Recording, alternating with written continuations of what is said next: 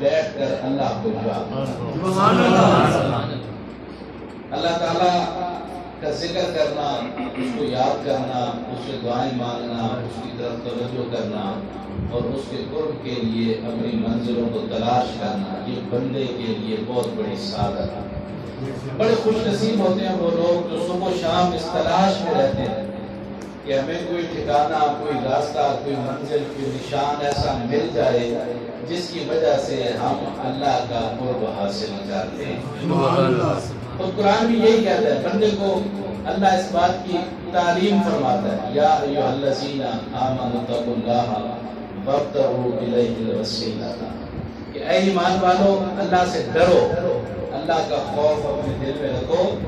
وابتغوا الیہ الوسیلہ، اور اللہ کی جانب وسیلے تلاش کرو، یعنی اللہ تک پہنچنے کے راستے تلاش کرو، اللہ تک پہنچنے کے ذریعے تلاش کرو۔ اب اس سے ثابت یہ ہوتا ہے کہ انسان کی زندگی کا مقصد ہی یہی ہے کہ وہ اللہ کا قرب حاصل کرے۔ سبحان اللہ۔ اس قرب کو حاصل کرنے کے لیے اللہ نے بہت سارے راستے بنائے ہیں، بہت سارے ذریعے اور اسباب پیدا کیے ہیں،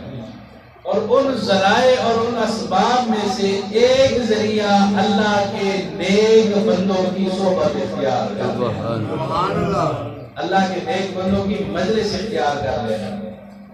کئی لوگ جب اکٹھے ہوتے ہیں، علماء فرمایا کرتے تھے کہ اللہ کے نیک بندوں کو تلاش کیا کرو،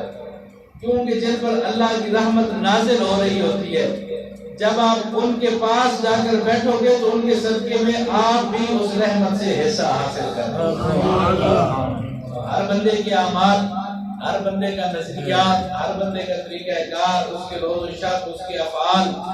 شاید اس قابل نہ ہوں کہ وہ اللہ کو راضی کر سکیں، لیکن اللہ کے کچھ بندے ایسے ہوتے ہیں کہ جو اللہ کی بارگاہ میں اتنے محبوب ہوتے ہیں کہ اللہ تعالیٰ ان سے راضی ہوتا ہے، اللہ ان سے راضی ہوتا ہے۔ اب دیکھیں نا، صلح حدیبیہ کے موقع پر آپ نے واقعہ سن رکھا ہے کہ حضرت عثمان غنی رضی اللہ تعالیٰ عنہ کو سفیر بنا کر بھیجا گیا۔ مکہ والے جو تھے انہوں نے حضرت عثمان کو بٹھا لیا،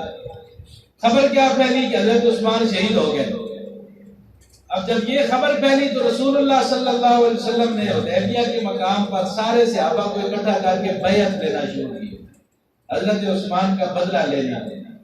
ایک ایک صحابی آتا، حضور کے ہاتھ پر بیعت کرتا، قریباً 1500 کے قریب لوگ وہاں موجود تھے، سب نے حضور کے ہاتھ پر بیعت کی۔ اب جب وہ بیعت کر رہے تھے تو اللہ کیا فرماتا ہے کہ لَقَدْ رَضِيَ اللَّهُ عَنِ الْمُؤْمِنِينَ إِذْ يُبَايِعُونَكَ تَحْتَ الشَّجَرَةِ، اے حبیب جو لوگ درخت کے نیچے بیٹھ کر آپ کے ہاتھوں پر بیعت کر رہے تھے، تحقیق اللہ ان سے راضی ہو گیا، اللہ ان سے راضی ہو گئے۔ تو کچھ بندے ایسے ہوتے ہیں، کچھ ہستیاں ایسی ہوتی ہیں کہ جن سے اللہ راضی ہوتا ہے، جنہیں اللہ اپنی رضا کے پروانے عطا کرتا ہے۔ ہم لوگ اللہ کی رضا کو تلاش کرتے ہیں، اللہ کو راضی رکھتے ہیں، اللہ کو راضی کرتے ہیں، ہر دفعہ ہماری بھی کوشش ہوتی ہے اور کوشش ہونی بھی چاہیے۔ اگر یاد رکھو زندگی دے ہر لمحے وچ انسان دی ساڈی بالخصوص جڑے لوگ سلاسل دے نال وابستہ ہے کہ تسی سلسلے وچ داخل ہو، پیر خانے دے نال وابستہ ہے کہ تے بندہ علماء اور صوفیاء اور بزرگ اس گل دے اوتے پکے متفق ہے کہ اور گل ایک ہی کر دیا کہ جدوں بندہ کسی دے لڑ نہ لگیا ہوئے تے جویں مرضی پھردا رہے، لیکن جدوں کسی دے لڑ لگ جائے تو پھر اپنے آپ کو بدل لینا چاہیے۔ ایویں ہے نا، جدوں بندہ کسی دے لڑ لگے تے جدوں کسی دا ٹھپا لگے تے پھر بدلنا چاہیے یا نہیں بدلنا چاہیے؟ دنیا دا نظام بھی ہے نا، اے قربانی گزری ہے گی، سینکڑے کی تعداد لوگوں کے کول بھیڑاں بکریاں موجود ہوتے ہیں، لیکن جس بھیڑ کے اوتے یا جس بکری کے اوتے نشانی لگ جائے نا بھی اینو اسی قربان کرنا ہے تے پھر باقیاں نالوں اونوں ممتاز کر لیندے ہیں۔ کیویں؟ اونوں نوا دھوا کے صاف ستھرا کر کے اودے اوتے رنگ لا کے نشانیاں لا دیندے ہیں۔ او 100 بھیڑاں دے وچوں 4 بھیڑاں اے ہوندیاں جنہاں دے اوتے رنگ لگیا ہوندا ہے اور شکل صورت اٹھنا بیٹھنا کھانا پینا تو انہاں دے نال ہی ہے نا،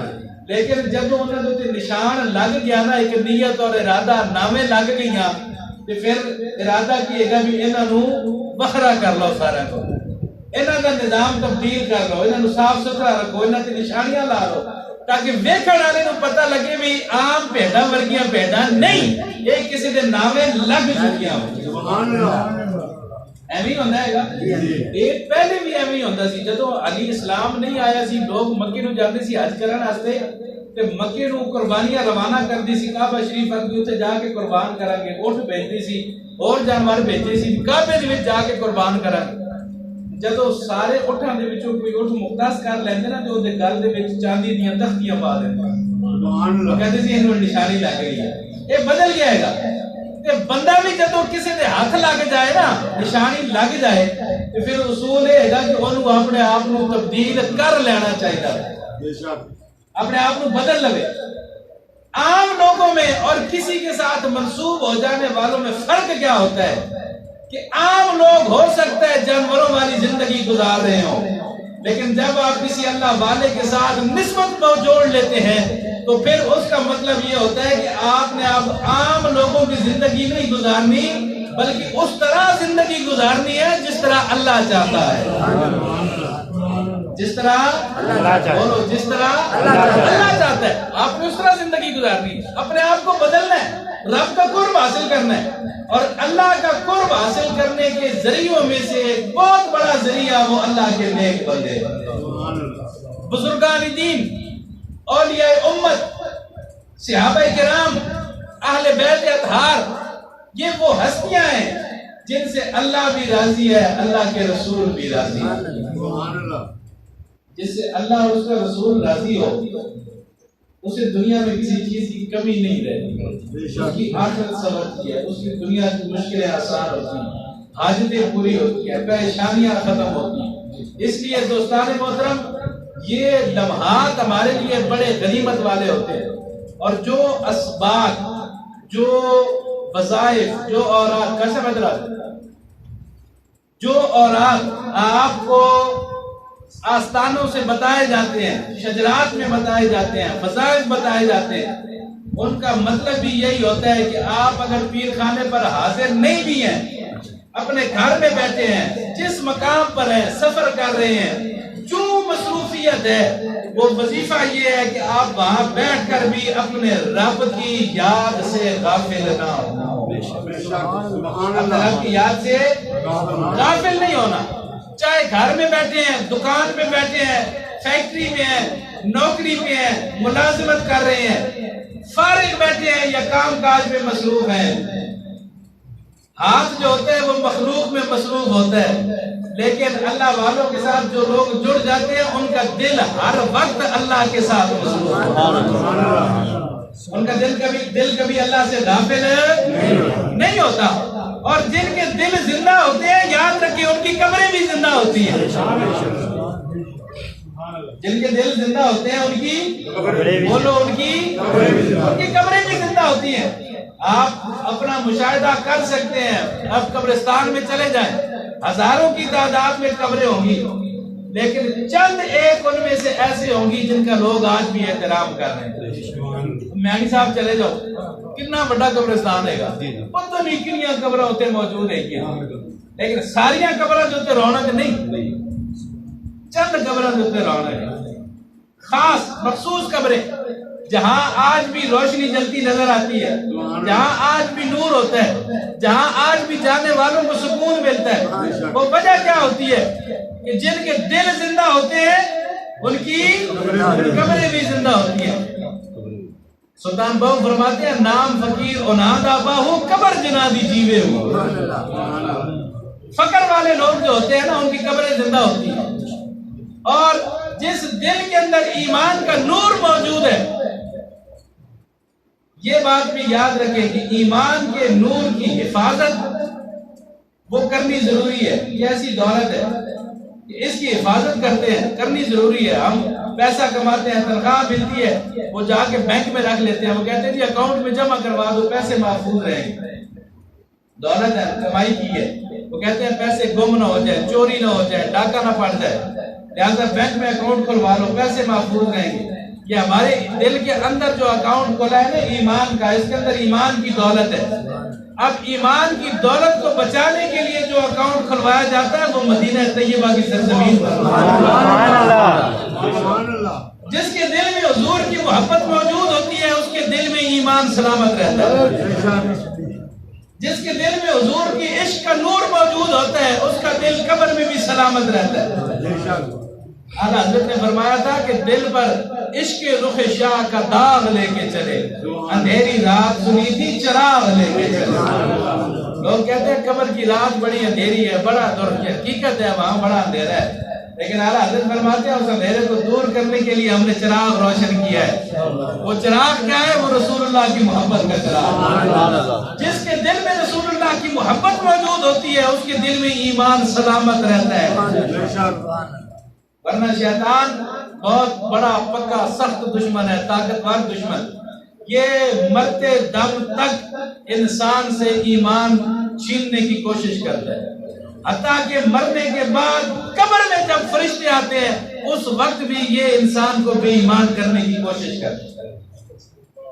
آزمائش ہے، قبر انسان کے لیے آزمائش ہے، اور اس قبر میں سب سے بڑی آزمائش یہی ہوتی ہے کہ جب فرشتہ آ کر سوال کرتا ہے نا مر ربوں کا، تمہارا رب کون ہے، تو اس وقت فرشتے کے پیچھے شیطان نظر آ رہا ہوتا ہے. وہ اپنی طرف اشارہ کر کے کہتا ہے کہ کہہ دے میں تیرا رب. یہ اس وقت بھی انسان کو بے ایمان کرنے کی کوشش میں ہوتا ہے، اس وقت بھی انسان کا ایمان چھیننے کی کوشش میں لگا ہوتا ہے. لیکن جن کے دلوں میں رسول اللہ کی محبت کا تالا موجود ہوتا ہے جو اس اکاؤنٹ کے اوپر لگا ہوا ہے، اس تالے کو شیطان کھول نہیں سکتا. اس تالے کے اندر پڑی ہوئی دولت ہمیشہ محفوظ رہتی ہے. پھر قبر میں جس کی دولت محفوظ ہوتی ہے اس کی قبر زندہ رہتی ہے، اس کی قبر زندہ رہتی ہے. تو دوستان محترم، دل کو زندہ رکھنے کے لیے یہ جو وظیفے اور ورد آپ کو بتائے جاتے ہیں یہ اسی وجہ سے ہوتے ہیں کہ آپ جہاں کہیں بھی بیٹھے ہو اللہ کی یاد سے غافل نہ ہو، اور اللہ کو تلاش کرنے کے لیے، اللہ کی محبت حاصل کرنے کے لیے، اللہ کا قرب پانے کے لیے جو جو وسیلے اور ذرائع اللہ نے بنا رکھے ہیں آپ ان وسیلوں اور ذریعوں کو تلاش کریں. ان وسیلوں کے ذریعے سے اللہ آپ کی ساری مشکلوں کو آسان کرے. حدیث پاک ہے 3 بندے جا رہے تھے، سفر کر رہے تھے، اور وہ بارش شروع ہو گئی تو وہ بارش سے بچنے کے لیے نا ایک غار میں چلے گئے. پہاڑ کی غار تھی تو وہ غار میں چلے گئے کہ چلو یار بارش تھم جائے پھر آگے سفر کریں گے.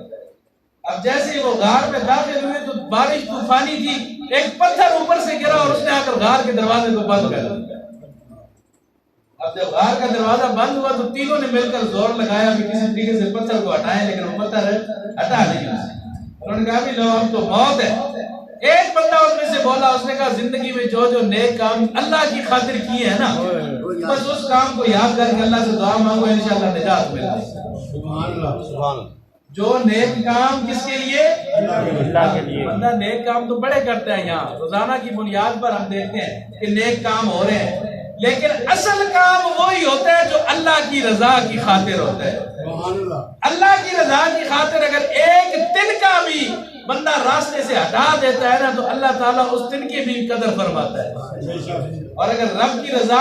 اور اللہ کا حکم مد نظر نہیں ہے تو چاہے اربوں روپیہ اللہ بندہ لگا دے، اللہ کو اس اربوں روپے کی کوئی پرواہ نہیں ہو. ایک بندے نے اپنا وسیلہ پیش کیا، اس نے کہا یا اللہ تو جانتا ہے کہ میں اپنے گھر میں جب مزدوری کر کے آتا ہوں تو میری ایک چھوٹی سی بچی ہے اور میرے ماں باپ بوڑھے ہیں. اب بچی بھی بھوکی ہوتی ہے، ماں باپ بھی بھوکے ہوتے ہیں، تو میں اس طرح کرتا ہوں کہ پہلے آ کر اپنے جانوروں کا دودھ نکالتا ہوں اور پہلے اپنے ماں باپ کو پلاتا ہوں پھر اپنی اولاد کو پلاتا ہوں. اور میرا مقصد صرف یہ ہوتا ہے کہ یا اللہ میرے ماں باپ کی خدمت کی وجہ سے تو مجھ سے راضی ہو. کہنے لگا یا اللہ ایک دن میں گھر آیا تو میرے ماں باپ سو چکے تھے اور میری بچی بھوکی بیٹھی ہوئی. میں نے حسب معمول دودھ نکالا تو میری بچی نے میرا دامن پکڑ لیا. اس نے کہا ابا مجھے پلا دے، وہ تو سوئی ہوئی ہے.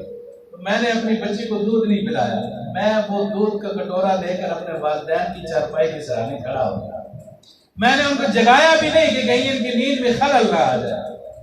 کہ ناراض نہ ہو جائے. میں ان کی جاگنے کا انتظار کرتا رہا. میری بچی بھوکی بیٹھی رہی حتیٰ کہ صبح ہو گئی اور صبح کے وقت وہ بیدار ہوئے تو میں نے انہیں دودھ کا پیالہ پیش کیا اور اس کے بعد پھر میں نے اپنی بچی کو اٹھا کر دودھ پلایا۔ اے اللہ اگر میں اپنے اس کام میں سچا ہوں تو اس کام کی وجہ سے مجھے نجات عطا فرما۔ یعنی یہ کام اگر میرا صرف تیری رضا کے لیے ہے